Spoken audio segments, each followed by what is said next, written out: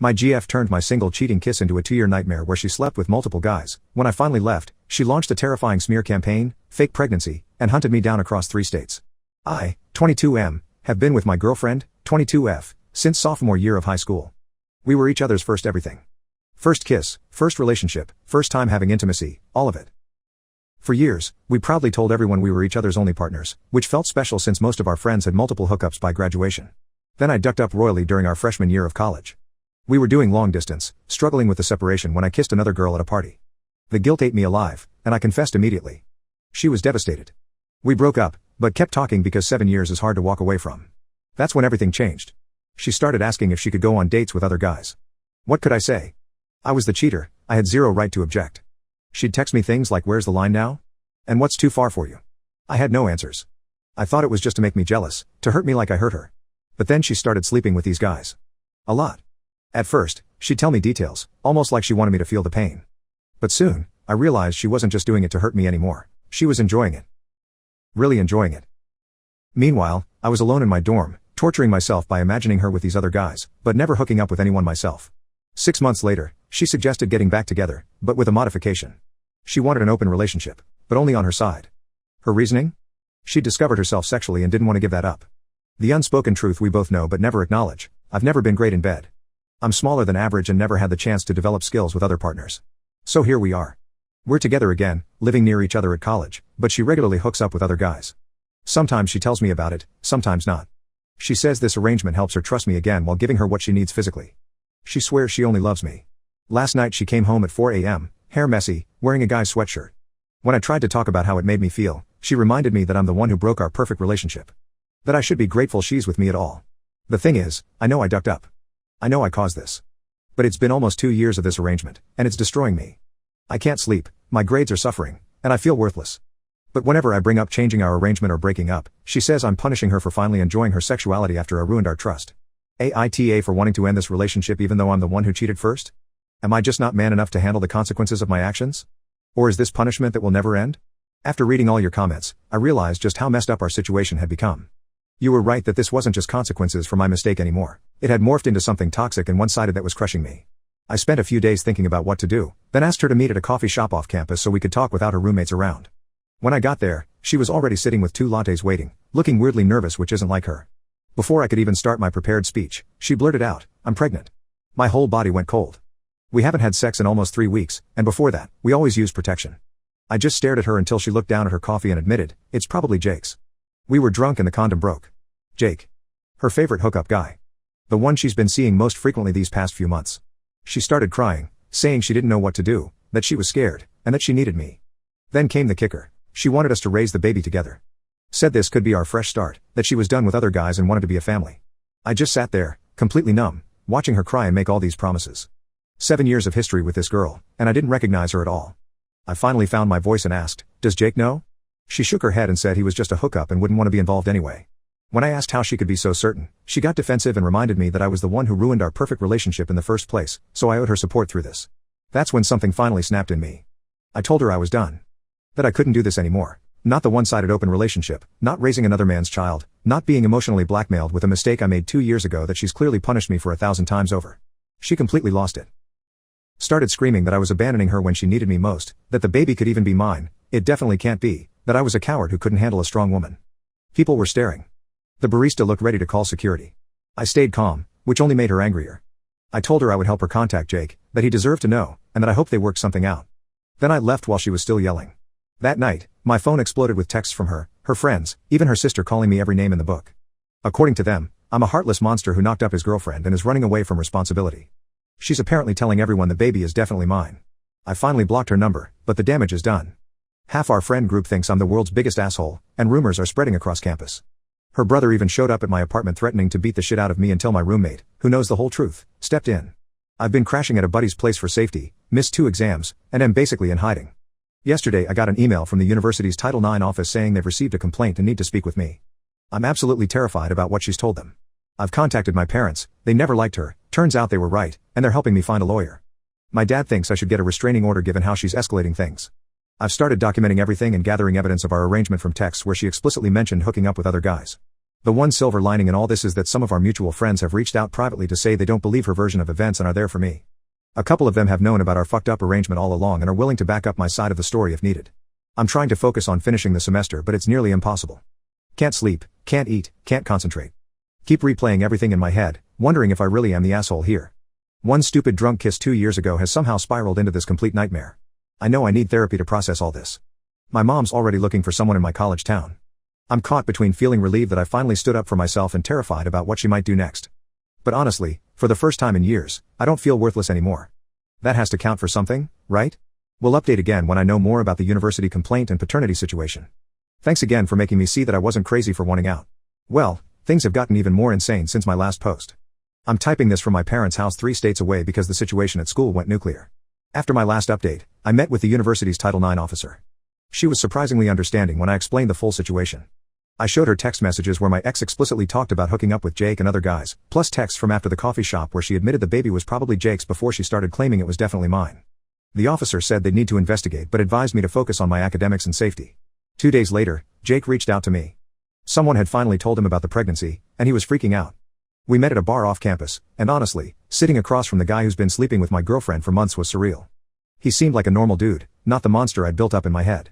Turns out my ex had told him we were broken up completely, that I was just an obsessive ex who wouldn't leave her alone. He had no idea about our arrangement.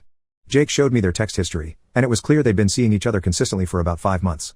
More importantly, he had messages from her saying she missed her period and thought she might be pregnant, dated 4 days before our coffee shop meeting. So she knew before confronting me and had already discussed it with him, despite telling me he didn't know. After a few beers, Jake admitted he's not ready to be a father but would do the right thing regarding child support if the baby is his. We actually ended up talking for hours. Weird to say, but I almost felt sorry for the guy. He'd been manipulated too. The next morning, I woke up to campus security at my door. My ex had filed a temporary restraining order against me, claiming I'd been stalking and threatening her since she told me about my baby. She apparently told police I was harassing Jake too, trying to intimidate him into denying paternity. Completely backwards from reality. My roommate witnessed the whole thing and immediately called my parents while I was talking to campus security. By that afternoon, my dad had driven up to campus with our family lawyer. The lawyer managed to get me temporary permission to take my remaining finals remotely while the restraining order was being sorted out. That same day, Jake got served with his own restraining order. According to mutual friends, my ex was now claiming we were both harassing her. Her story kept changing. First I was denying my baby, then Jake and I were conspiring against her, then she was afraid for her safety because of our violent tendencies. The lawyer advised Jake and me to document everything but have zero contact with her. We both agreed to request paternity testing through proper legal channels. That's when we discovered she'd started a GoFundMe claiming she was a victim of abuse who needed help escaping her dangerous ex-boyfriend. The page featured a photo of her with a faint bruise on her face that I know for a fact I didn't cause. The campaign raised almost $3,000 before my lawyer got it taken down. By then, screenshots were circulating in campus social media groups. People I've never even met were sending me threatening messages. Someone spray-painted abuser on my car. Campus security suggested I might want to leave campus housing for my own safety. I packed what I could and got the hell out. My professors were surprisingly accommodating once the dean's office got involved. I finished my remaining coursework from my parents' house and even managed to pass everything despite the chaos. Meanwhile, my lawyer filed for an emergency hearing to contest the restraining order. 3 days before the hearing, Jake sent me screenshots of new messages from my ex. She was suddenly being nice to him, saying she'd made a mistake about the restraining order against him, that she was just scared and hormonal. She suggested they try to work things out for the baby's sake and asked him not to come to the hearing or cooperate with my defense. Jake, to his credit, brought these messages straight to my lawyer. Then something unexpected happened. Remember her roommate, the quiet one who always avoided me? She reached out through my best friend, saying she had information that could help. We arranged a call with my lawyer present. According to the roommate, my ex wasn't even pregnant anymore. She'd had a positive test but started bleeding heavily a week after our coffee shop confrontation. Doctors confirmed it was an early miscarriage. But instead of telling anyone, she decided to keep the pregnancy story going because she couldn't lose the attention and was furious that I was finally standing up to her. The roommate had photos of negative pregnancy tests from my ex's bathroom trash and screenshots of my ex admitting the miscarriage in their private chats. She was willing to sign an affidavit because she'd become increasingly uncomfortable with the lies, especially after seeing the GoFundMe. Armed with this evidence, my lawyer demolished the restraining order hearing. The judge was visibly angry when presented with proof that my ex had fabricated almost everything. The restraining order was dismissed, and the judge warned her about filing false reports and potential fraud charges for the fundraiser. My ex left the courthouse in tears, followed by her parents who wouldn't even look at me. Her mom had always treated me like a son, so that hurt more than I expected. One of our mutual friends told me later that her parents had no idea about our arrangement or any of her lies. They genuinely believed I'd gotten their daughter pregnant and abandoned her. The university concluded their investigation a week later, finding no evidence to support any of her claims against me. They offered resources for both of us but made it clear no disciplinary action would be taken against me. They also mentioned that lying in a Title IX process could result in sanctions, but I don't know if they're pursuing that. So here I am, technically cleared but still hiding at my parents' house. My reputation at school is in tatters. Half the people think I'm an abuser, the other half think I'm caught up in crazy drama. I've decided to transfer to a school closer to home for fall semester. Fresh start and all that. Jake and I still text occasionally, which is weird but somehow comforting. We're both processing being manipulated by the same person. He's transferring too, coincidentally to a school only about an hour from where I'll be. As for my ex, she's gone completely silent online. Her sister sent me a long message apologizing for believing the worst about me and explained that my ex is now in therapy. Apparently, this wasn't the first time she'd fabricated stories for attention, but it was definitely the most extreme. The whole experience has been a harsh lesson in standing up for myself. If I'd had the courage to walk away when the one-sided open relationship started, none of this would have happened. I spent 2 years letting guilt over one drunk kiss destroy my self-worth while she systematically tore me down. Never again. I'm in therapy now too, trying to understand why I accepted such a toxic situation for so long. My therapist says people who grow up with healthy relationships usually don't tolerate the kind of treatment, which made me realize how messed up my parents' marriage was when I was a kid. Lots to unpack there. For now, I'm focusing on rebuilding. New school, new friends, new perspective. I even went on a date last week with a girl my cousin introduced me to. Nothing serious, but it felt good to talk to someone normal who doesn't know anything about my past drama. The craziest part of all this? Sometimes I still miss my ex. 7 years is a long time, and not all of it was bad. My therapist says that's normal, that grief isn't linear and relationships are complicated. Still feels messed up to miss someone who tried to destroy my life, but I guess that's just part of the healing process. Anyway, thanks for listening, Reddit. Your comments on my original post gave me the courage to stand up for myself when I needed it most. If anyone's in a relationship that's slowly crushing your soul, don't wait for it to get this bad before you leave. And definitely don't let guilt over past mistakes trap you in someone else's punishment fantasy. You deserve better. We all do. It's been a full year since everything went down with my ex, and I promised myself I'd come back to give one last update once I had some real perspective on everything. So much has changed that sometimes I barely recognize my own life. The transfer to the new university turned out to be the best decision I could have made. After spending the summer working at my dad's office and going to therapy twice a week, I started fresh in September with zero drama and zero baggage. No one knew me as that guy from the insane relationship scandal. I was just another junior trying to maintain a decent GPA. I wish I could say the past stayed in the past, but about 2 months into the semester, I got a text from an unknown number. It was Jake. My ex had shown up at his new school, claiming she wanted to apologize and get closure. He met her for coffee, thinking maybe she really had changed in therapy. Big mistake. She spent the entire time trying to convince him that I had manipulated both of them, that I was the mastermind behind everything that happened. When he didn't buy it, she switched tactics and tried to hook up with him. When he rejected her, she threw her drink in his face and stormed out. Classic. The next day, she started posting cryptic stuff on social media about abusers finding each other and the truth always comes out. Jake and I both blocked her on everything and hoped that would be the end of it. It wasn't. A week later, my new roommate told me some girl had come by asking for me while I was in class. From his description, it was definitely her. I completely freaked out. How did she find my new address? Was she stalking me? I called campus security, filed a report, and spent the next few nights crashing with different friends because I was honestly scared to be in my own apartment. Nothing happened for a few weeks, and I started to think maybe I'd overreacted. Then my mom called, completely hysterical. My ex had shown up at my parents' house, 8 hours from campus, crying and saying she needed to talk to them about me. That I was in trouble and needed help but wouldn't admit it. My dad called the police, who escorted her off their property and warned her about trespassing. They didn't arrest her because technically she hadn't threatened anyone, just showed up uninvited and refused to leave. That was the last straw for me. My lawyer filed for a proper restraining order the next day. The hearing was scheduled for 3 weeks later. During those 3 weeks, I lived in constant anxiety. Jumping at shadows, checking behind me when I walked home from class, sleeping with my desk chair propped under my doorknob. My grades started slipping.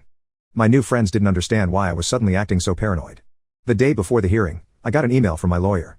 My ex wasn't contesting the restraining order. In fact, she'd signed an agreement to stay at least 500 feet away from me, my residence, my family, my workplace, and my school for the next 3 years. I couldn't believe it was that easy after everything. Then I got a call from her older sister, the one who'd apologized to me before. Turns out my ex had finally hit rock bottom. After the incident at my parents' house, her own parents had given her an ultimatum: get serious help or they were cutting her off completely. She'd been diagnosed with borderline personality disorder and had checked into an intensive residential treatment program. The agreement to the restraining order was part of her accepting responsibility for her actions. I felt weirdly empty. For so long, she'd been this dark cloud hanging over my life, this unpredictable force that could strike at any moment. And now, suddenly, it was over. I should have been relieved, but mostly I just felt tired. Bone deep exhausted from carrying all that fear and anger for so long. My therapist said that's normal. That when you've been in survival mode for so long, sometimes you don't know how to function when the threat is gone. She told me to give myself time to adjust to safety, that it would feel strange at first. She was right. It took months before I stopped checking my rearview mirror for her car or flinching when my phone rang from an unknown number. But slowly, I started to build a life that wasn't defined by her or what happened between us. I even started dating again, for real this time. I met Allie in my comparative literature class last spring. She noticed me always sitting in the back corner with a clear view of both exits and asked why I seemed so jumpy all the time. I don't know why, but I told her everything. The whole ugly story, from the beginning. I expected her to run for the hills, but instead she just listened. Really listened. On our third date, she told me about her own toxic ex, how he'd isolated her from friends and family, controlled what she wore, who she talked to. How it had taken her years to trust anyone again. We understood each other in a way I never expected to find. We've been together 8 months now. It's so different from what I had with my ex. Healthy. Balanced. We talk about things instead of keeping score. When we fight, nobody brings up past mistakes as weapons. And yes, I still go to therapy, still working through trust issues, still have nightmares sometimes. But I'm not afraid anymore. As for Jake, we're actually friends now. Real friends, not just trauma-bonded survivors. He transferred to my university this semester, and we hang out regularly. Allie teases me about our bromance, says it's the weirdest origin story for a friendship she's ever heard. She's not wrong. I haven't heard anything directly from my ex in almost a year now. Her sister occasionally sends updates. She's still in treatment, taking medication, apparently doing the work. Part of me hopes she really does get better, find some peace. Not for her sake, but because I don't want anyone else to go through what I did. The craziest part of all this? Last week I found an old photo of us from high school, before everything went wrong. We looked so young, so happy, so completely unaware of the hell we'd put each other through. I didn't feel any pain looking at it, no anger, not even sadness. Just a calm acknowledgement that those two kids don't exist anymore. They grew into different people who hurt each other badly, and now they're gone. I thought about tearing up the photo, but instead I just put it back in the box. It's just history now. Not my present, definitely not my future. So that's it, Reddit. The final chapter in this story.